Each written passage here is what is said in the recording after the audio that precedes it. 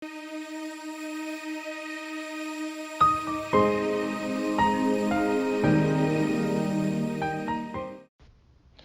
shalom bakundwa bene data dufatanyije gucungwa n'amaraso y'umwami wacu Yesu Kristo. Ndabaramukije mu izina ry'umwami wacu Yesu Kristo, ubuntu n'amahoro bituruka ku Mana Data bibane namwe muri kino gitondo.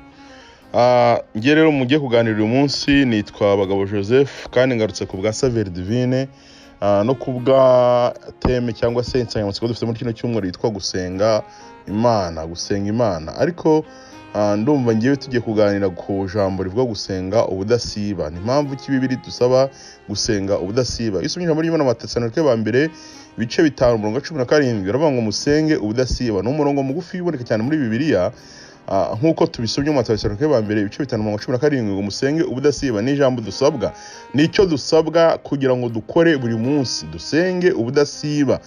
Ijambo ry'Imana dusaba gusenga ubudasiba kubera ko nibidutera nibitugerageza nibitushaka dukura mu buntu bw'Imana nabyo ntago bisiba. Umunsi ku munsi Satani arakora, umunsi ku munsi bitugerageza biraboneka, umunsi ku munsi bituma tujya hirya y'Imana biraboneka, umunsi ku munsi bishaka dukura mu buntu bw'Imana biraboneka. Niyo mpamvu n'ijambo ry'Imana ritubwira gusenga ubudasiba.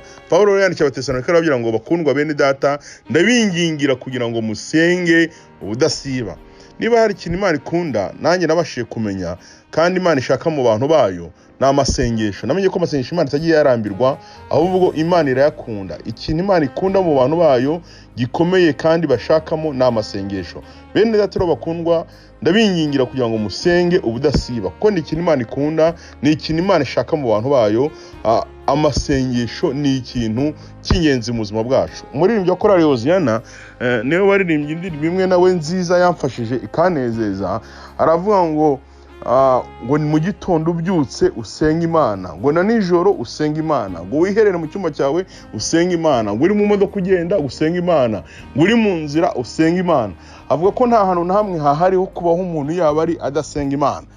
Nk'ijambo ry'Imana ko ryatubwiye n'ubundi ngo dusenge ubudasiba. Gusenga twakaguye kubigira umuco, tukabigira ikintu cy'ibanze, tukabigira ikintu cyo guheraho, tukabigira ubuzima, tukaba mu buzima busenga ubudasiba. Bakundwa rero bene data, nanjye muri kino gitondo reka mfatanye n'uyu muririmbyi, nongere mfatanye n'uyu mwanditsi Paulo yandikiye Abatesalonike, nongere mfatanye nabo mwese, nongere babwire ngo mureke duhaguruke twongere dusenge ubudasiba. Mu byo dukora, turi mu kazi, mu byo tubamo, turi mu nzira tugenda, mu buzima bwacu bwa buri munsi, twigire uyu muco wo gusenga ubudasiba. Cyane ko natwe biduhiga, nkuko nabibwiye, ntago bisiba. Satani ntago asiba kutugira nabi, ntago asiba kutugaba ibitero byinshi bitandukanye mu miryango yacu, ubwacu ku giti cyacu, mu bana bacu, mu bantu tuzi, mu kazi kacu, aho tuba, aho tugenda, aho twirirwa, aho hose Satani dusanga yateza imitego myinshi cyane yo kugira ngo tugirire nabi umunsi ku munsi, isaha ku isaha, umunota ku munota.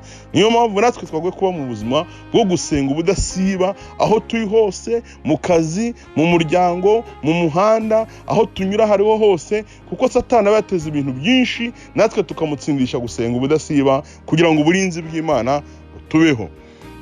Amagambo nakunze nasomye maze kumenya impamvu y'aya magambo. Narasomye ijambo ry'Imana, nasomye muri Luka 18 umurongo wa 1 kujya ku murongo wa 7. Yesu ubwo yaciraga abigishwa b'umugani ashaka kubabwira impamvu yo gusenga ubudasiba, nawe yabahaye amagambo y'umupfakazi ngo watitirije umucamanza, ngo aramugenda aramutitiriza. Bavuga ko umucamanza yari umuntu utari mwiza, utagira ingeso nziza, umucamanza mu butarumvaga abantu, utarakundaga n'abantu ngo bahe n'umwanya. Ariko ngo uyu mupfakazi ngo aragenda aramutitiriza, ngo ahora uruhande rwe amusaba kumurengera.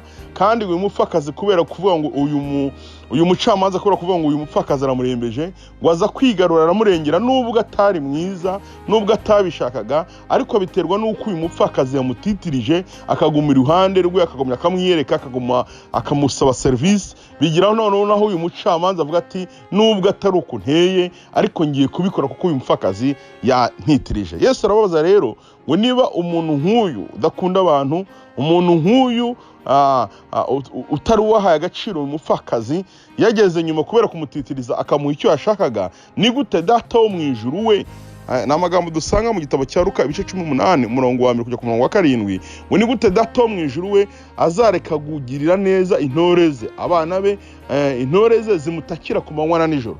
bene data reka dusenga ubudasiba, ibyo dushaka byose tuzahura nabyo. Amasengesho duhuza n'ibyo twabuze, amasengesho duhuza n'abacu, amasengesho duhuza n'ibyacu, amasengesho nicyo kintu cyonyine kitwereka naho Imana iba. Muri byo yararimbye ngo mu gihe nsenga Uwiteka ngo bijya binkura mu mpagarara, amasengesho dukura mu mpagarara. Undi araririmba ngo ndetse n'umwana muto uzi gusenga Imana ntazagira ubwoba ahubwo azafashwa no gusenga. Reka nkubwire ngo musenge ubudasiba nibwo muzirukana ubwoba mu buzima bwanyu. Turi mu gihe isi ifite ubwoba, abantu bose bafite ubwoba kubera ibyo tubona biri kudutungura uko bwije n'uko bukeye, ariko umuntu usenga ntajya agira ubwoba nubwo ibiteye ubwoba byaba bituye hafi yiwe, nubwo byaba bimukikije, ariko kubera gusenga ntagira ubwoba. Bene data ndabingingira gusenga ubudasiba. Yesu arababwira ngo niba uyu mupfakazi yaratitirije uyu mucamanza akamugirira neza, atamukundaga atabishakaga, ni gute intore za data, intore z'Imana,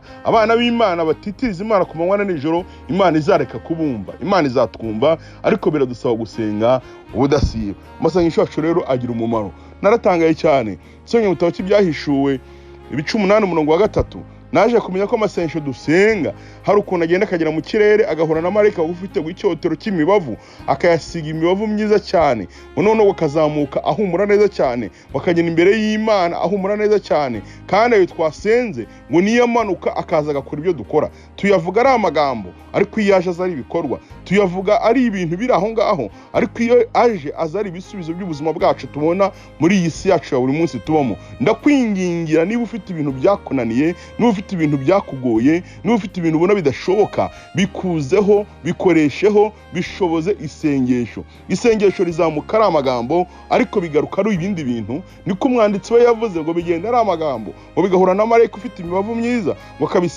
akayisiga amasengesho akayongeraho imibavu, ngo bikagenda imbere y'intebe y'Imana, ngo ariko ngo bikagaruka ari imirabyo, bikagaruka ari inkuba, bikagaruka ari ibindi bintu byaremetse bidasanzwe. Ayo dusenga agenda ari amagambo, ariko agaruka ari ibisubizo. Niba ushaka gusubizwa kwinshi, nawe senga cyane, kuko gusenga kwawe kuzavamo ibintu byinshi kandi Imana izabikora. Kuko niba tuyititiriza izatugirira neza kandi izabana natwe, kuko Imana yacu igira neza. Undi muririmbyi yaravuze ngo iyo dusenga, narabikunze cyane, ngo amasengesho yacu aragenda agakomanga ku ijuru. Ndagira ngo ubwire ngo nta yindi nzira n'imwe, nta n'ubundi buryo na bumwe uzakoresha kugira ngo ukomange ku muryango w'ijuru uretse mu gusenga. Gusenga honyine niho hantu haduha ubushobozi bwo kugenda tugakomanga ku muryango w'ijuru, tugakomangayo, tugakomanga aho dushaka kujya, tugakomanga aho twerekera. Mwene data, mushiki wanjye, abazumva iki kiganiro mwese, ndabingingira ngo twongere dushaka uburyo twongera ibihe byo gusenga. Kandi wasenga y'uburyo bwose kuko arashoboka. Wasenga uri mu muhanda,